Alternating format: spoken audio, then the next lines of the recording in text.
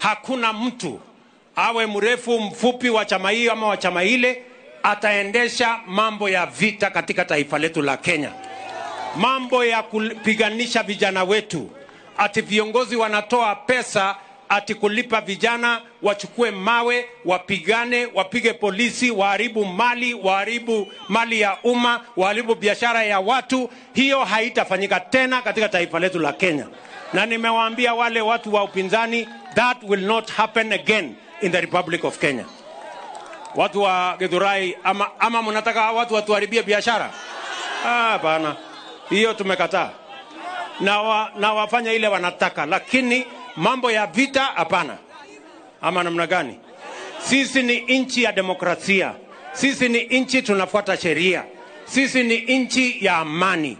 Na hivyo ndivyo tutakaa kama wananchi wa taifa letu la Kenya. Maneno hiyo ingine yote, na tumewaambia ile vitisho walikuwa naye ati ndio wapate serikali nusu mkate, haitafanyika tena. Haiwezekani. Sijui kama tunaelewana. Na hawa watu nitawakalia ngumu. Bana.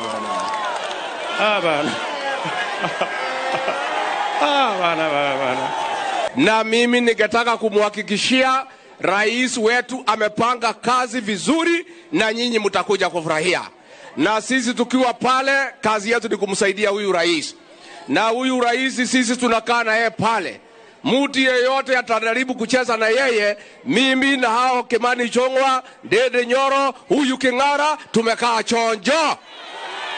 Neguadwa ito. Jabareno. Tumeragire.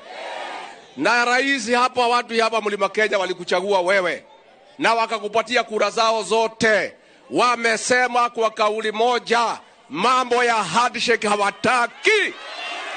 Mambo ya nusu mkate, mambo ya handshake, hiyo hata hiyo kitu wanaita inclusivity. Inclusivity is another name ya handshake. Na nimewaambia nikiongoza, mimi naenda hapo kuwaambia nusu mkate na handshake hakuna. Mheshimiwa Rais, mimi nataka nitume ujumbe kwa wale wapinzani wetu. Sisi kama Kenya Kwanza hatutaalao kitu inaitwa handshake. Hakuna watu wataingia katika serikali kwa dirisha. Hakuna watu watavuja dirisha waingie kwa serikali.